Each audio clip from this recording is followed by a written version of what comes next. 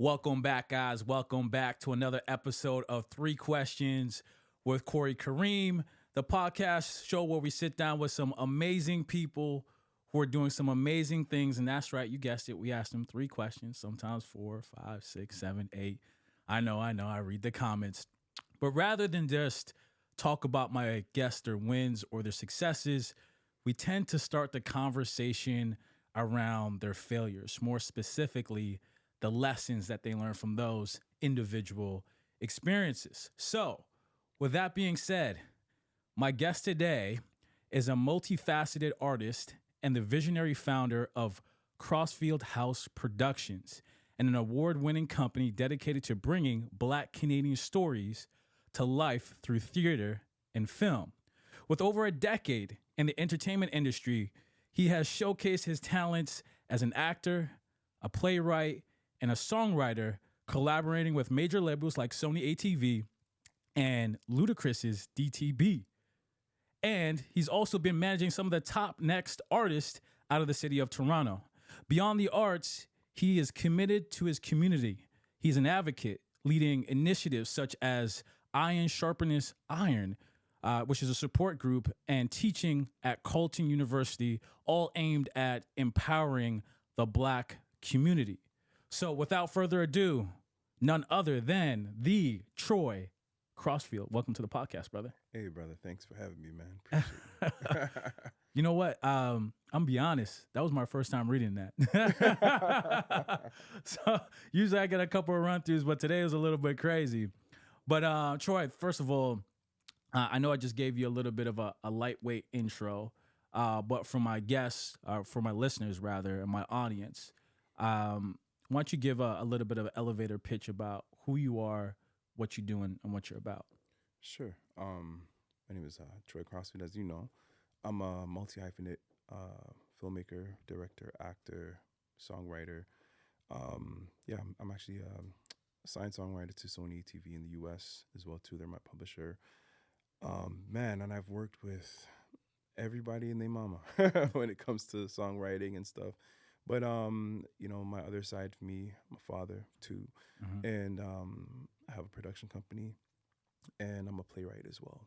So given the creative space, I do live a bit in the tech world as well, and have a nonprofit called Iron Sharpeneth Iron, Right. that I started off with one of my boys, Joel, 10 years ago. This will be our 10th year that we're celebrating. Congratulations. Thank you, man. It's a safe space for Black men for us to come together and just have talk the talks that we don't normally get to talk about. Yeah. You know what I mean? It's a safe space, vulnerable space, a space of healing, support, love, and we also have a women's space as well too. So just a bit of a nutshell of who I am. Yeah. Oh, that's awesome. I love that. Well, there's so many things I want to touch on there, but so Troy, I know this is the first time on my platform, and as I mentioned in the intro, I usually like to start the conversations around failure, mistakes, setbacks, however you want to phrase that. So with that being said, tell me about a moment in time where you faced your biggest failure, mistake, setback, however you want to phrase that. What happened? How'd you get through it? And most importantly, what did you learn from that lesson or from that experience? Oh man, it's a loaded question. I know. I come out the gate heavy. Come out the gate heavy. Yeah. Man, my biggest failure, or one of your biggest. Well, yeah, one of my biggest. Let me stick to the creative space because the other side is too heavy. I think one of my, I don't like to use the word failures, but like opportunity to grow was, I would say, with my production company. We started this thing off humble beginnings, and having a few business partners of mine, and we chased a dream. We wrote the plays. They were super successful, and put it on stage, selling out shows, performances, and then we went to film, and and then suddenly, well, not suddenly, everybody went to do their own thing. You know what I mean? So we started about 2017, 2016, 2017, yeah, 2017. And then last year we all decided to do our own thing, go on our own endeavors. Right. Now, it wasn't a failure, because in life it was just a lot of lessons. But what I failed to do was I failed to plan for that time. I failed to plan to be like, what if something happens and the group splits up? You know what I'm saying? Like, where is that going to leave me and stuff like that? Or my business partners, you know what I mean? Like, protecting yourself, having paperwork between each other. I think it was an opportunity, you know what I'm saying, in terms of like splitting up assets and intellectual property, things of that nature, so that things are not like, left, I don't want to say in a bad place or bad position, but left for the unknown. Right. You know what I'm saying? So hindsight now, owning 100% of my company, and my team is now, doing their own thing, and everybody's, moving on their own journeys in life. Just looking back, I was like, man, like, I wish that, like, as much as a creative as I was, like, being able to output the work, like, boom, boom, boom, we're gonna do this play, do this film, no problem, boom, boom, boom, boom, boom, that we were just as cunning on our business side. You know what I'm saying? Because we don't get that many opportunities here. We don't get that many chances. You know what I'm saying? Especially with like grants and things of that nature. Like, man, like, and of course, I'd always shout out my business partners and stuff like that, because like we went from nothing to like a lot really quickly. But sometimes when you get there, you think it's gonna be forever. When the lesson was, plan for today, because you don't know what tomorrow's gonna bring. So be your best today in terms of like managing your business, managing creative endeavors. And I would also put that in another area as well too, of music, working with some artists, being there in the process and watching them go from 0 to 100, and not, once again, managing the business. So I would say some of the fails that I've learned was definitely not paying attention to the actual business side, and just going in with a spirit of creativity, which you can, right? But at the same time, you have to have a bit of that dog in you. You know what I'm saying? That like, yo, this is why some guys are like where they're at, because like we don't play around when it comes to contracts, play around when it comes to certain things. You know what I'm saying? So on the creative side, those are just some of the things that I've learned, lessons that I was like, man, like, that's what I'm saying. I don't want to say it's a failure, because like we did amazing stuff, but at the same time, it was definitely a lesson learned. Right. You know what? I feel like my time, so give you some context, I wouldn't call myself necessarily a true creative, although I think I wear both hats between business and creative fairly well, but I'm around a lot of what I would call true creatives, directors, writers, so on and so forth, authors. And there's something that you just mentioned that really resonated with me, and that's the fact that the business acumen is not really there, not because they don't have the capacity for it, just because they just almost 100% focused on the art form. And I feel like that's a common, mistake, if we can call it that a lot of creatives, when they get their first big opportunity, it's just focused on the art form, the look, the feel, the sound, what have you, but not as much attention and diligence towards, the paperwork. And I can relate, in 2018, I actually had a group podcast. It was about 4 of us, a lot of different personalities. We're trying to be like our own Breakfast Club type of thing. That was my vision in my head anyways. I had the one girl, I had 2 other guys, whatever. And it was a good vibe, but similar to my understanding of what happened with your crew is there were creative differences, and people wanted to go and pursue their individual endeavors that, rightfully so, they were actually working on before I kind of pulled people together, and certain things started popping off for certain people. So I think that's like a common course that happens. But with that being said, I think I know the answer, but if you were to go back in time, is there anything that you would change about that situation? Yeah, I would definitely pay more attention to the paper with all of us, because it's just protection and it's safety. You know what I'm saying? Especially when it comes to like intellectual property, things of that nature. Because like you go into this with blood, sweat, and tears with your friends. You know what I mean? And at the end, it wasn't even like creative differences. It was more so like, I think we've come to the end of our journey. You know what I mean? And it's time for us to all go in our different ways. And you know what I mean? Folks had some children and stuff like that. And you know what I mean? Just other directors wanted to direct and do their own thing. Like, you know, I'm happy for everybody. You know what I mean? And I'm just so thankful that we have that time together. But definitely just, managing expectations of each other, and really like, it's better that we go in with a spirit of business, because we're already creatives. We already know how to do that. You know what I'm saying? So it's just like, and you hear it all the time that, like, you know what I mean, people not managing their stuff just becomes like, it can become a mess unnecessarily. You know? So No, I love that. Now there's something you touched on, which actually leads into my second question. So you seamlessly transitioned from a successful songwriting career with Sony ATV and Ludacris DTP, excuse me, founding Crossfield House Productions, focusing on Black Canadian narratives. So, with that all in mind, what motivated this shift? And do you believe that the Canadian entertainment industry provides adequate space for Black creatives, Black stories? So, long story short, a couple of brothers and myself, we moved to Atlanta, and we're Favorite city, by the way. Yeah, man, I loved it out there. You know, living in Atlanta back and forth, working on music at the time, and the guys group that I was working on, they got signed to Def Jam and stuff, and Disturbing the Peace. So that's how we got our record deal. You know what I mean? There was a few of us working together, and then I had to come home. You know what I mean? Some unforeseeable circumstances. Good one. I was having a baby. You know, we were having a baby girl, and me and mom decided to come home, and you know, she really wanted to focus on school and everything. So I was like, all right, cool.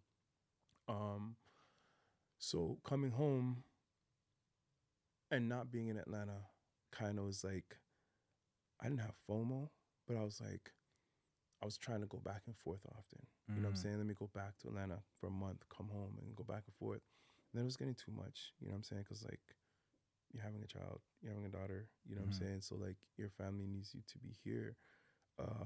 So I was like, all right, cool. So I'm going to start, like, sending songs, do what I got to do. But when I was home, I was actually also in plays as well, too, because I was acting at the time, too. Right. And, you know, been in some amazing stage plays from one of my bro, Darren Anthony, Secrets of Black Boy, and Sean Nemhard, like so many other plays, like, you know. So I was always acting, but when it came home, I was like really getting back into like the theater world and all this kind of stuff. So hindsight, after, I was like, you know what? They also too were transitioning as well too. So Darren was going from theater to film and stuff like that, and like, but I was like, man, I still love theater. You know, I want to do theater. So I'm like, you know what? Let me try writing for my first play and see what happened. So wrote my first play, got my friends together to come and act in it, play parts and roles and stuff like that, and it was called Little White Lie, and it went really well. You know what I mean? I didn't have this story where like, oh, there's only 2 people at the play. No, like, it sold out the first show, and then it continued to sell out. You know what I mean? So the transition from music to acting, writing, it was always there. I was just changing the narrative of the story. You know what I'm saying? I can see Instead that. of like writing songs, like, okay, let me just write a play. You know what I mean? Because like stories are still coming from here, Right. and from those who are around me. And then that's how CHP, Crossfield House Productions, was built. Because after that, I was like, yo, we did this thing.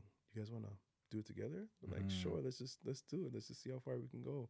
So that's what that spawned out of. Just always being creative. Because even before, when I went to Atlanta, I was actually rapping. I was rapping, singing myself. So when I got there, you know, they signed the guys group first, and then they're like, you know, do you want to sign with them? So it was a guy rap group. Yeah, it was. It was an R&B group. Okay, it was an R&B group. And then they asked me like, you know, do you want to be part of the group? I'm like, no. Those guys do their thing. I'm just gonna write for them.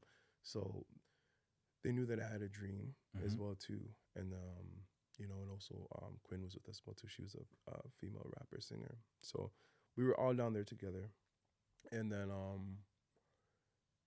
what happened was like, you know, we just came home. You Mm. know what I'm saying? And then yeah, Quinn and I came home because we were having baby. Right. And then I was like, God, like, what am I gonna do right now? Can't just stay like not being creative, not creating. So Mm-hmm. just switch the narrative to writing shows, you know, writing plays. And then, you know, a few years later, adding more members to the team. And, you know, we just became this machine Mm. of like writing the thing, making it happen, producing it. So to get to your Canadian landscape question, um, your vision has to start your dream with you first, Okay. right? A lot of people are um, not able to self-produce, but Mm-hmm. it's really not that hard. You know what I mean? Like, I'll probably do a class in it one day. Um, it's just about finding money wherever you can. You know what I'm saying? So I would say that Canada does have that because there's grants. You know, Right. we've definitely benefited off of grants during these few years, and it's helped us to put on shows and all this great stuff. But it just wasn't. It wasn't. That was the only. It wasn't the only thing we relied on. You know what I mean? Mm-hmm. We heavily relied on community and resources. Mm-hmm. So if I was able to call somebody, you know what I mean, having very big networks and friends and family, be like, yo, I need this, I need help with this, can you help with that? People would just be like, yeah. So um so Canada isn't that hard. It's just what's your expectations? Mm. You have to manage your expectations being here. If I want to be, well, people are like, oh, yo, Troy, you're gonna be the next Tyler Perry, you're gonna be the next Tyler Perry. Like, I would love that. But Is that your comp? Is that if you were to give someone what's your comp is Tyler yeah, Perry? they would say like I would say like between Tyler Perry and Issa Rae. You know Okay. what I'm saying? I like Issa because she has the music component and the film Right. component, but Tyler has the machine, film component, and theater. So Right. it's like all the babies in one. Um, so we do have, we definitely have creatives here. Mm-hmm. Um, there's just a lot of us, and there's not enough people here. When Like, you there's say not enough people, what do you mean by that? like what in Canada, we probably have the same population as LA. Yo, California, saying? 40 Like- million. Got you. So that's Like, what you know mean. I'm saying? So yeah, we don't have enough people here to like push the thing forward. But Mm. and the few that have gone through, of course, you know, the Drakes, the Biebers, the Weekends, and stuff Right. like that. Like, I don't want to say they're few and far between. There's more happening during this time. Even the ladies are crossing over, which is amazing, into the bigger markets. But I think film, theater, those are still areas that need to be like broken into. You know what I'm saying? Right. Properly. Like, we don't have like, we have a few brothers here. Like, you know, when I think about Shamir and T Dot Steph, but like they haven't like, you know what I mean, broken through. Like, what's the guy that plays Deadpool's name again? He's Canadian. I know what you're talking about. He's Canadian. I can't remember his name. Oh my gosh. Someone will bring it up in the It's gonna comments. kill when me. we I know, post. like, how can you not know your own? But he's literally saving Marvel in Deadpool. You know what I mean? Yeah. So yeah, like I don't think we don't have that for our black community yet. We don't have like a Tyler Perry here. We don't have like Right. a Issa Rae, but like, you know, folks like Kells, and like, you know, there's directors Ron Diaz, and of course, like, you know, we have X and we have all these guys like and then Sasha Henry. Like, there's people that are bubbling, but like I feel like we're almost there. You Right. know? I want to touch on that. So for me, I agree with you. The disadvantage I think Canada has as a whole is not as many people to sell to, right? So not a smaller market, 1/10 of the U.S. market. But I also feel, to your point, I think you're alluding to this, that there's a lack of infrastructure. I think we win on the grant system. Whenever I talk to my U.S. counterparts, they envy our kind of grant system that we have. Like, they're like, I wish we had that. But what I will say, though, the U.S. Mentality-wise, I think because they're not so risk-averse, they're willing to take more chances. which allows for a level of speed that you just can't get here in Canada. That's just been my POV. Yeah, no, same. I And agree. and also because there's just that infrastructure. To your point, you have the Tyler Perrys, you have the Issa Raes, you have um, many more that I can't even name right now. You just got to find the right system for what you're trying to build and kind of plug into that system. I think I commented on someone else's post when they're talking about, you know, the difference of trying to do anything creative in the U.S. versus Canada, and that's like in the U.S. in my opinion, it is more of a hustle culture, but you just have to plug into the right system, and there's so many different systems and there's so many different pathways. Whether you go to HBCU, you can plug into that the whole fraternity sorority system. Whether you're trying to get mentored by someone like a Issa Rae or a Tyler Perry, you have many others that we're not naming right now. There's so many different avenues and options to kind of plug and play. And then plus, like I said, there's that mentality where people are like, you know what? I know this is very raw in its early stages, but I see your direction. I'll take a bet on you. I don't think, far and large, that's kind of like the Canadian spirit. I think Canadians traditionally are kind of like wait and see, more risk averse. I'm not saying that's everybody, but I think that's just kind of been my POV here, which kind of leads me to something else. So would you tell a creative that's, let's say, for lack of better words, that's hit the ceiling here, would you tell them like it's time for you to start looking down south, crossing the border? Absolutely. And it's what many of us had to do. Mm-hmm. You know, I wouldn't have gotten my deal if I was here chilling. Mm. And I say it. I was on this other podcast the other day, and I was like, you know, there's not a lot of movers and shakers here that can actually change people's lives. And it's just a fact. Yeah. You know what I'm saying? Yeah. I'm not like shading anybody. Yeah.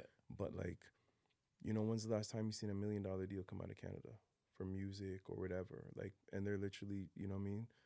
We're getting some grants and stuff like that, but like asking me to make a film off of like $10,000-$20,000, like, you know what I mean? I'm trying to like turn water into wine, and I'm not Jesus. You know what I'm saying? Yeah. So Respectfully.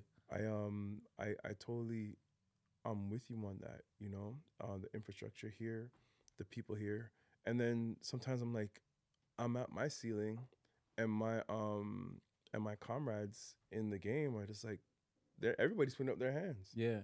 So if we're all going like, man, like this is hard, like it just goes to show you how hard the soil is here. Yeah. And we all know you can't grow mangoes in Canada. So what are you gonna do? You know what I'm saying? You gotta go to where those things are growing. Yeah. You know what I'm saying? I do feel like, you know, we have the opportunity here to like really like own in on talent, be developed, be produced. Like we have the right people, the key people to get us to a great place. I just always tell people, I'm like, you know what, you're gonna have to travel. Yeah. You know, that's why when I was managing guys, I'm like, yo, if you have any criminal records, I can't help you. Yeah. Because like you can't cross the border. Yeah. You can't go. I mean, but what I also do want to say is like, I'm not even just the U.S. Like I want to start like thinking about like global markets. You know? UK. UK. When I think about Nollywood, you know what I mean? Like those guys make movies for way less than we have, and it's $1 billion industry. Right. Like so many of us are here, and it's like, why don't we just make some movies together, like for nothing, and just keep on making movies? You know, to your point, thinking globally is smart. Like, so you might know him because it's a small world. Tristan, director. Yes, Tristan Barracks. Yeah. So my Tristan's my guy. I worked with him on a 1 hour feature called Wildflower, and his latest short. He's been taking that. He's in it. I think he's been in Jamaica. Did a screening there. He's about to do a screening here. I think he just told us in our chat group he's going to Barbados. He's going to South. He's going all over the globe shopping this, and I think he's like, to me, Tristan is the example of what I think creatives need to be, because Tristan's not, in my opinion, he's not just a creative, and he's great at what he does, but he's also a salesman, a really great one too. And I feel like a lot of creatives that are really talented in their art form don't want to exercise that muscle, or quite frankly, they just don't have that muscle. And I think that like limits their ability, because I can recall with Tristan when we were shopping around Wildflower. Shout out to Safia, who's the creator, and Kern, the co-creator of that. I remember when we were in Miami at American Black Film Festival, ABFF, and we got invited to some like Lionsgate like party or whatever, and there was like execs in the room. We were working the room. He was working the room equally as well as me, and that's kind of like my function, right? And to see him do that, I was like, oh, he can wear both hats.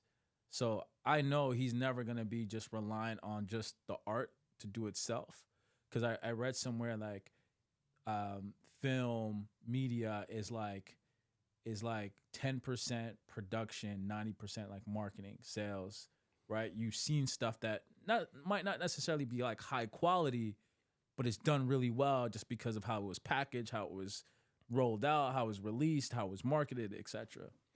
Yeah. Yeah, shout out to my bro Tristan. Like, he's a great guy. And what you said is the key. It's important because I could even admit, for myself, amazing networker, very resourceful. I can call, like, I don't have middlemen. I have friends who are, you know what I mean, CEOs, like, you know what I mean, presidents of companies. Like, that's who I am. But when it comes to sales, Lord, that's one thing and that's one thing I got to change. You know, mindset shift. You know what I mean? Like, I have always said, like, I hate selling. I hate it, bro, because I'm like, I don't like it. You know what I'm saying? I just like to create, but and tell these stories. But if you think about it, everything requires sales. I'm selling myself as an actor. I'm selling myself as a writer. Yeah. I'm gonna get the no's all the time. Yeah. But, like, you know what I mean? I'm gonna get my yeses when they're my yeses. But having that skill is something that creatives definitely need to have.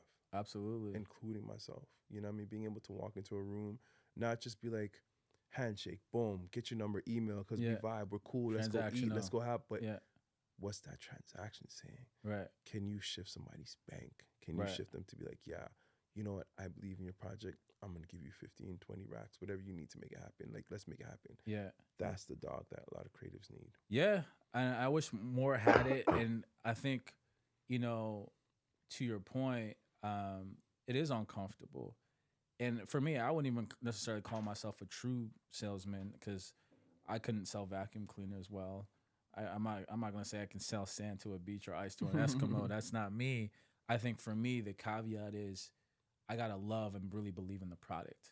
That's the tipper for me, and what that determines how well or my effectiveness and my ability to sell something is, do I have belief in the product, right? Do I think it's gonna make an impact? What's my stake in it? Those are the things that that allow me to kind of go into the rooms comfortably, and no matter what someone's title or bankroll is, I could, you know, approach them. So I did want to touch on your initiative, Iron Sharpeneth Irons, which is actually my favorite Proverbs 27:17. That's my favorite one. And I think when I met you, I did mention that to you. Yeah. So you create spaces for Black men to connect and grow. In your experience, what are the most pressing challenges Black men face today, and how does your work aim to address those issues, those challenges? Man, it's in all arenas, especially when it comes to relationships, financial barriers, marriages, parenting, lack thereof. Because a lot of men are dealing with childhood traumas that we've never had to face before. This is the first time in our era we're even talking about this stuff. Like, after the pandemic, everything just boom became like, yo, there's something emotionally wrong with a lot of us brothers, and we're not dealing with it. You know what I mean? Even though I did start this thing 10 years ago, it was like, we don't talk about this stuff. When's the last time you called a brother and be like, yo, how's your mental health doing? Right. And want to know the real answer. Everybody's like, yeah, bro, I'm good. But if I call you like, yo, how's your heart, bro? Like, we're in this era now where, like, a lot of us men have to turn around and be accountable for some stuff. Really look within. And, you know, even this past weekend, I asked about, like, you know, 10 closest friends to me. I'm like, yo, could you hold up the mirror to me for a moment? You know what I mean? Like, what are some areas that I can improve on in my life? Because, like, some days I'm still struggling. And I'm like, yo, like, nobody knows you better than sometimes the person that's on the outside. You know what I'm saying? And it was really hard. So it's kind of what we're doing. Iron sharpens iron. We're not just holding up a mirror, but we're there to encourage each other. I like that. Quick, pause on that note. You made me think of something. I don't want to lose it because my memory be kind of shaky these days. Write it down. So the holding up the mirror thing with your friends, you know, you ask your 5 closest people to hold up a mirror to you. I know for me, I think my guys would tell him, man, you love to debate too much. I just love to get on my debate tip. I know that's one that came to mind. And what some of the things you just described there made me just think about, I might be butchering this, so forgive me, people. There's something called, I think it's called the Johari window. Mm-hmm. And it says everyone, I'm paraphrasing here, everyone has 4 selves. So there's the version of Troy. There's things about Troy that only Troy knows, that no one else knows, mm-hmm. right? Then there's things that Troy knows about himself that other people know as well. Mm-hmm. So that's one half of the window. The other side is there's things that Troy doesn't know, but his friends or people around him know. There's things that they can see about you that you can't see about yourself. Mm-hmm. And then there's things that you haven't discovered yet and that other people haven't discovered yet about you. That's the second half. And that's where like therapy comes in, these type of your men's group comes in, the discover mode where you like, oh, I didn't even know that I was dealing with this. And, you know, that triggered a thought in a very positive manner because I had this talk with my guy group. He said, you know, back in the day in high school, I'm a millennial, just hit 40. And there are a lot of guys who I grew up with in high school that were, you know, we called them crazy. They were wild childs, running rampant, doing all types of crazy stuff. And now that we look back at it and we have the language, you're like, oh no, he had what does Kanye have? Why am I forgetting? ADHD, or he was bipolar. But we never really had the language like that. Mm-hmm. It wasn't common to use those words. So these people, these kids, because we were teenagers, they just got labeled as X, bad, for lack of better words or expression. But really, they were dealing with something that wasn't really popularized at the moment or wasn't known. Exactly. There's a lot of, even right now, a lot of us are undiagnosed, mm-hmm. running the streets how it is. Like, and I always have this, well, I don't want to say debate, but if we look at something, you know what, this might even cause a friend. Let me be careful because it might cause a frenzy on whatever platform you put this on. But if we look at the variant of cheating, mm-hmm. and it's destroyed many homes, mm-hmm. right? And it's something, especially for Jamaican man, whatever. Mm-hmm. Fathers doing it, fathers doing it, fathers doing it. But when you look at the core of it, it comes down to self-regulation, discipline. Mm-hmm. But imagine if we were to study that. Mm. Why? You know what I'm saying? Why? Because if you think about it, that is the same situation. The same, what's in there is the same thing that's in why a lot of black men are in jail. The prefrontal cortex, not being able to control that mindset, that thing. It's just like the emotional regulation is not there. Right. You know what I'm saying? So it's just like, what if we studied that? You know what I mean? I'm not saying like it's going to be an antidote for like, you know what I mean? For that kind of stuff. But the same thing that can make a guy go, get so angry. Yeah. It's the same thing there that can make a guy be like, yo, I want this woman outside of my relationship. And like, you know what I mean? Because like a lot of, you'll hear the stories all the time, you know, guys will cheat. Not because like their heart's there, just because it's available. It's available to them. But why is it so available? You know what I'm saying? Why is it that thing okay, or just like you can't control that thing? Is a reason why a lot of guys can't control fights or like, you know what I mean? Think that because they just go off. So when I think about like ADHD, we could talk about Kanye for years and bipolarism and stuff like that. Yeah. I was just giving an example of like, there's so many of us that are just walking around undiagnosed. Right. And like healing does have to come from within. Healing has to come from accountability.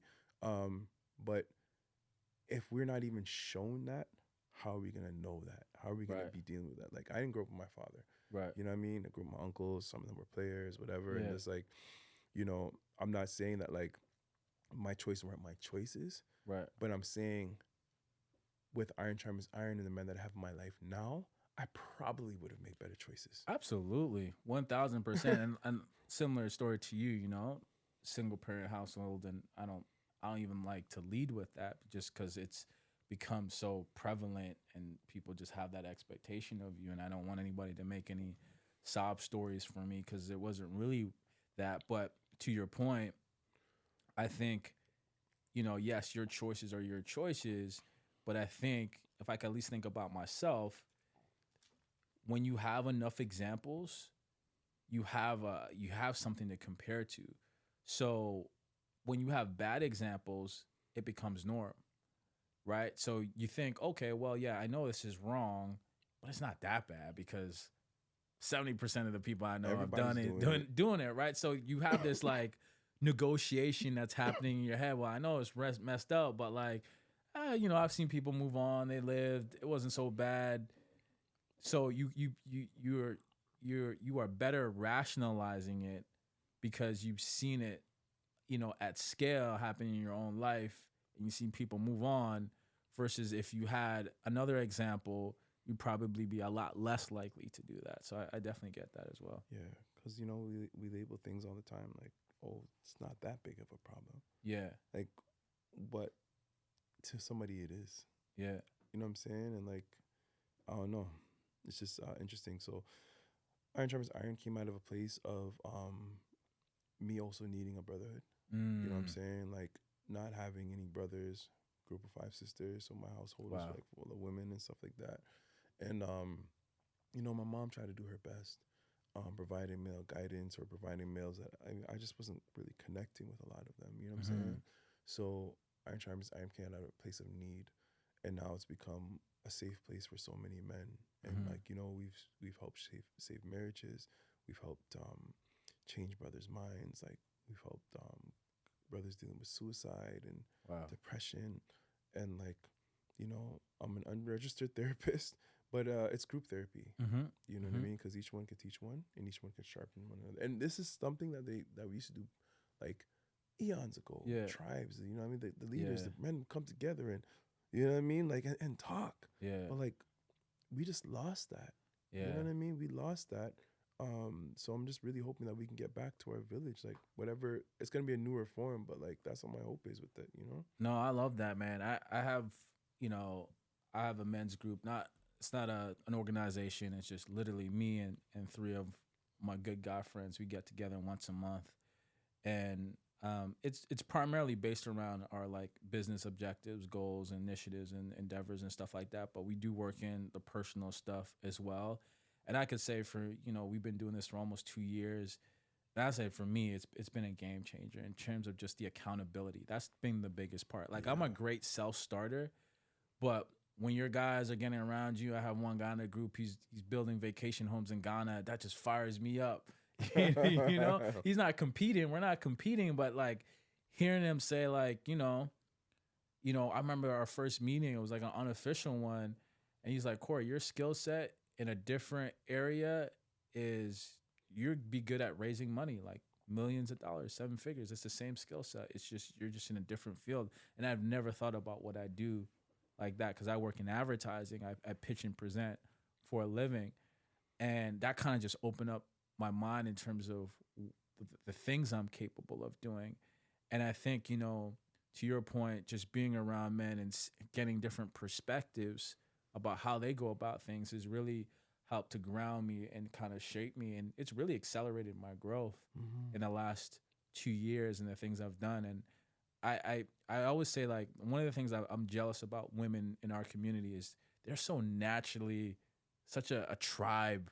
They're so good at They're good builders. They're good builders. They're such good community builders. And I feel like men in general, but Black men in particular, we struggle in that area. And I think there's just like this stigma around, you know, this might be a little bit outdated, being too, you know, there was a thing about being too cool to do certain things, to talk. You know what I mean?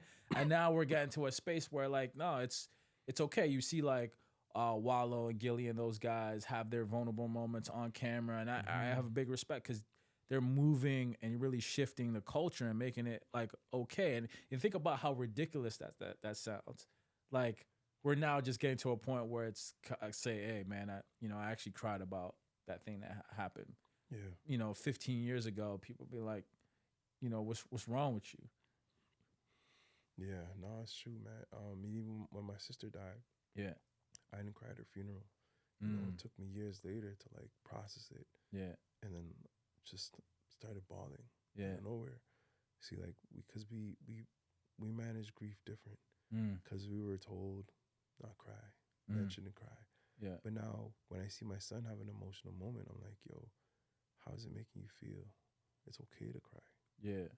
Like the whole rewiring of that is just crazy to me because like when you're being told all your life, like man shouldn't cry, man nothing cry. Yeah. You know what I mean? Or you want something to cry for, like versus now I'm like, I need to teach my children to have emotional regulation.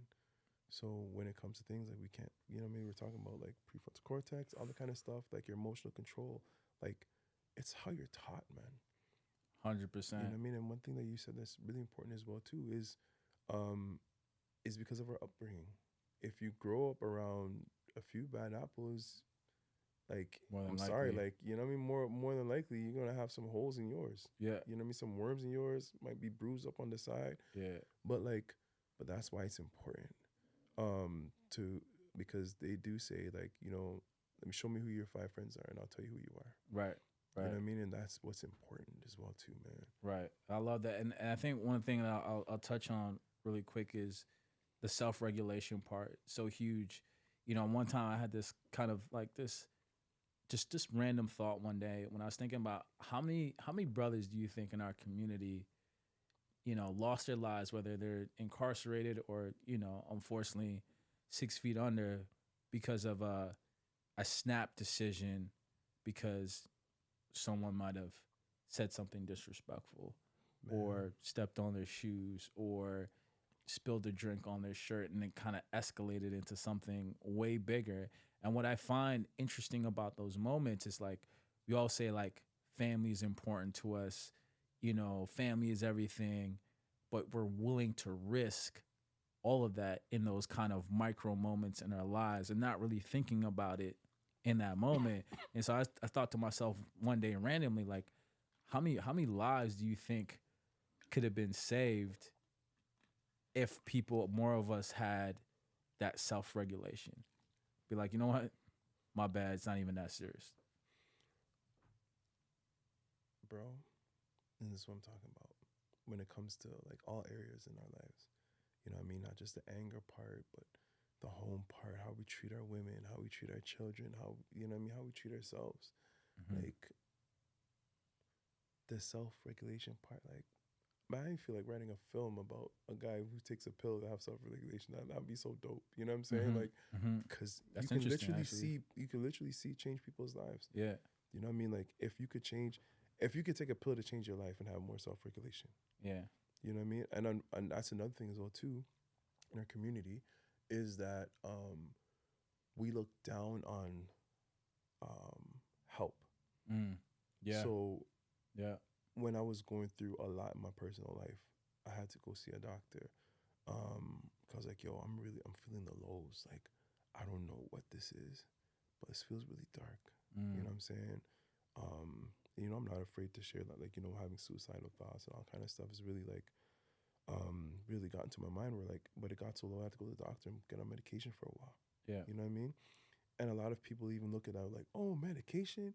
You need medication, just go to church, whatever. I was going to church every single Sunday. Yeah. And not even just Sundays, like talking to God all the time, but like it's just the lows got too low. Right. And like people don't understand, like there's help out there, there's resources. Right. And I'm not even preaching to be like, oh, go on medication. I'm not even saying that at all. But I'm like, there's so many of us just not doing anything. Right. Not going to therapy, not going to help, not talking to people. So people will snap. When we think about when we were kids, and I don't know how your experience was, how many times my mom came home from work, tired from work, and the annoyance in her probably just wanted to like beat everybody, Right. put their hands on us, because like the emotional regulation wasn't there. Right. They were just tired. You know what I mean? So many people are just tired, you know? So it's just like definitely group therapy, support groups, talking about the thing. Like those things are needed in our community, man. Yeah, man, I agree with you. And you just, contextualizing that moment with your mom coming home, it put the same. I just thought about my mom coming home when I was a kid, and you just, to your point, I think there's a lot of people in the community that are underdeveloped emotionally, and that has limited their growth in many different areas. But yeah, I could talk for hours about that topic. So try to wrap this up. Throughout your life thus far, what do you think has been the best lesson you believe that you've learned so far? I do speak about this often. But I'll share here. So growing up, because I didn't have a father, I knew that whole placement was in me. Like, I'm missing something. And I've always wanted to be a good father. Even from when I was like 16, I was like writing down, okay, I'm gonna name my son Khalil. He's gonna be Superman. Like, because like not having a father in your life, I was angry. You know what I'm saying? My mom got remarried to my stepfather. He was an amazing man. I was so angry I couldn't even accept him as mine. Right. You know what I mean? And also because of the things that my father did to our family as well. So I became a great father. Like, you know what I mean? Mom will say like, yo, Troy's a great father. But a lesson in life was what I didn't see. I didn't see any marriages. So I knew I was missing my father, and I wanted to become a great father, but I didn't know what becoming a great husband would be like. And a lesson in my life was like, look at the family dynamic all the way around, not just one part, but every part. And maybe we'll talk about that one day. But a lesson for me was, and somebody said this to me the other day. Don't just strive to be a good father. Don't just strive to be a good father because that's what you're missing. Strive to be the best father that your child needs. And also strive to be the best husband, the best partner. Right. You know what I'm saying? Because like family dynamics will shift all the time. But like, give them what they need. They can be their best version. So now I get an opportunity to be like, okay, son, you've had a best father. You've had a great father. You don't have to worry about that. Yeah. So now my thing is gonna be, how can I make sure you're a great husband? Right. How can I make sure you're the best version of yourself? You know what I mean? So that you can give your children what they need. You can give your family what they need. You know what I mean? Instead of trying to become something that you didn't have. Man, I love that. And you know what? You talking about the fathers. I actually just reconnected with my dad this year. We've had an estranged, relationship, and it actually I have to shout out one of my homegirls. I'm not really on Facebook. I have a page, but it's pretty much deactivated as far as I'm concerned. And a couple of years ago, I just kind of had this thought, like I was going to the UK for work, or I was coming off of a trip in Europe for work, and I decided to spend 2 days in London, and I knew that he lives out there, and I was trying to, get a hold of him, and I had this email, and I got a bounce back, and the only one that was trying to make that work was my grandfather, but he had passed away, so no one else had any kind of form of communication with him. But I knew he had a Facebook account, so I asked my homegirl, I was like, hey, can you shoot him a message? And literally, Troy, 2 years later, this guy responds, because it was in his like instant messenger, and I guess people don't check that or whatever. Wow. And that was literally like 3 months ago. Oh my God. And then she calls me up and like, yo, your dad just responded to me. And he's like, yo, here's his number. He's gonna, or give him. I was like, give him my number. He calls me, WhatsApp, have a conversation. Now we communicate every week. I knew I had a half brother and half sister I never met. I finally saw their pictures. I know how old they are. I learned their names. And it's like, I'm like, we communicate like every week. And then speaking to him on the phone, I realized sometimes I say to my mom, like, am I really your son? Because we're like almost so different. Yeah. But speaking to my dad, I was like, I get a lot from this Not guy. from him. Like we were talking about this. We're talking about investment property. He's like, yeah, I got one here. And I was like, so I'm like, it's like it's almost like I'm rediscovering myself Mm-hmm. through building a relationship with this man, and I'm just like, yeah, I'm finally at this place. Like for me, I never had any bitter feelings or ill will towards my dad. You know what I mean? Now I'm just at the stage where I'm just out of curiosity. I want to know this person, and I want to also know my half brother and half sister because I grew up as an only child. It was just me and my mom, and so I want to, be a part of their lives if they want me in there, of course. That's amazing. But like now I have a real motivation to go back to London and kind of experience that because they live just outside of Brixton. So I'm looking forward to that experience, Oh man. man, that's beautiful, bro. Yeah.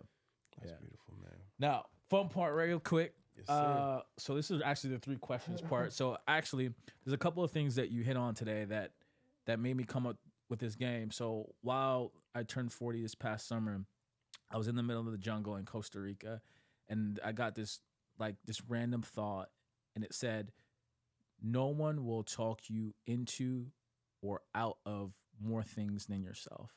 So it made me realize that a lot of people, when we're talking about self-regulation, we struggle with self-talk. And if your self-talk, if you don't know how to have constructive, positive conversations with yourself, you can cheat yourself out of opportunities. I know this because I've done this. Whether you're sitting in a boardroom and you have the answer to a problem, but you're too afraid or shy to say it, and then you hear somebody else say it, and they're like, "Oh my God, that's beautiful! It's amazing! Let's do it." Or whether it's a beautiful young lady you see, and that could potentially be your wife, your fiance, your lover, and you talk yourself out of it. You're like, "Oh no, I can't," whatever. So I came up with this card game, 3 questions named after the podcast, to help you to improve your self-talk, because I feel like it's such an instrumental activity in your life. So what I want you to do, Troy, I want you to pull 1 or 2 cards from this deck here and answer the questions to your best of your ability. This one? Yeah. Let me choose this one. All right. What do I love to do? Oh man. I love being with my kids, being with my family. They drive me, you know what I'm saying, crazy, but they also drive. Sorry. No worries. Not a smoker's cough, don't worry. They drive me to my joy, to my happy place, to my peaceful place. And to get away from it all, like one thing that I like to do is play ball. You know what I'm saying? Like weekly, I'm in my 40s as well too, so it's not my 16-year-old dunking game now, but that's something that I generally enjoy doing. Yeah. So hanging out with my family, and then because like creative, it used to be my amazing thing, and I still love it, but it's more of a job now. Yeah. You know what I mean? Now it's just like, how can I create to provide? You know, so it's interesting because the other day I'm like, you know what? I love this thing. I'm just gonna write some stuff and just put it out there, but I still love it. But it's just different now. You know? Yeah. Because I'm working in it. You know what I mean? Yeah. So, love that. Next question. What is one attribute you wish you had, and what's stopping you from developing it? Sales. You know what I mean? We talked about that earlier. And just being that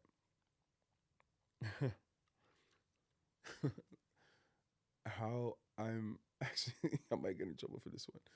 How I am able to sell myself to the gal them. It's how I wish I'd be able to sell myself when it comes to films and stuff like that. Yeah. You know, you put on this persona, you go on TikTok, I'm just like, boom, boom, boom, and all the girls are just going whatever crazy. I'm like, that's what I want to do with my films, man. Yeah. And I think what stopped me from developing that skill is that, like you said earlier, I'm using my skill in the wrong area. You know what I'm saying? I should be using it in my field. Yeah. And courting people to invest in me. I'll say this. I mean? I'll tweak your words a little bit. I say you already have the skills. Maybe they just need to be cultivated a little bit, and they're transferable because you're already a people person. And to your point, you said this earlier, you're already selling yourself, but you do more of a soft sell, or we call that being consultative, because we're always selling ourselves, whether we want to think about it or not. And I think it does have a bad connotation, sales. You think of the used car salesman trying to push you to buy something, or maybe a pushy real estate agent or I whatever used to it be is. a phone agent. I was like, I hate that. So I get why people have that, but literally, it's, if you look at like the true definition of sales, it's kind of like, I'm paraphrasing here, but it's the ability to inspire another person into action, right? It's a transfer of energy. That's all that you're doing. You're inspiring someone to take an action, a next step. So when you break it down and change your connotation, you find out you probably don't dislike sales as much as you think about it if you kind of reframe it. If that makes sense to you. I have no choice. I have to love sales now. I got 2 kids. My daughter's expensive. She's turning 14, and she's like, absolutely, she's like about that life. I hear you. Yeah, I love that. So I got one for you. I'm gonna pull out here. Okay. What is a quote or a mantra that you currently live by? If you want to go far, go alone. If you want to go farther, go together. So yeah, it's iron sharpens iron is to me. Love that. Going farther together, man. I love that. Well, Troy, so for the people that are hearing this, watching this, however they're consuming this, and they want to connect with you, they want to collaborate with you, what's the best way for them to do so? Instagram at Troy Crossfield. TikTok is my make-believe world, where I just go have fun. And LinkedIn. LinkedIn's where the money's at, bro. It is. That's true. I just like realized, I'm like, yo, like I'm sleeping on LinkedIn. Yeah. Bro, I'll be so mad at myself. I'm not even gonna lie. I'm gonna tell you 1 second story, not 30-second story. Yeah. I went on LinkedIn after like a couple months. There's somebody that reached out to me from like a Black mental health thing. They're like, oh, want to know if we can pay you like $40K to do a film for us. Bro, I missed that opportunity because I ain't checked my LinkedIn. Wow. LinkedIn is where the money is at. Absolutely. Forget every other platform. Yeah. Like LinkedIn, that's where the selling comes in. So yeah, maybe I should use that as my fail story at the beginning. Could be next time. But yeah, LinkedIn is definitely where the money at. I think Instagram, TikTok is where you get the reach. But LinkedIn is where you get the true conversions. You get to sell. Yeah. So yeah. Instagram, TikTok, LinkedIn, and yeah, those are the places that y'all can find me. And CrossfieldHouseProductions.com. Perfect. Well, guys, this concludes this episode of 3 Questions with Corey Kareem. So for all my listeners, you know that I typically like to end with this. Sometimes you don't need to learn anything new. You just need to hear that somebody else went through it too. So with that being said, Troy and myself are out. Peace and love. Until the next time. Peace.